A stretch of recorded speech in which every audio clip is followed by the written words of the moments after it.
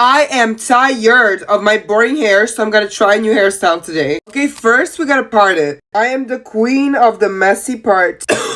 So I heard about this new technique for ponytails. I mean, it's not new, it's just new to me. And also, I'm starting off with my hair straight because, you know, it's easier that way.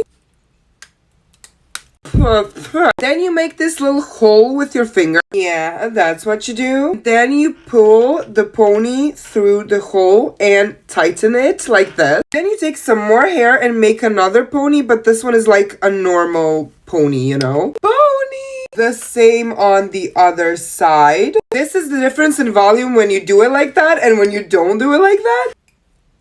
Oh my god, why is it adorable? I'm gonna curl it. If I don't die before I do it.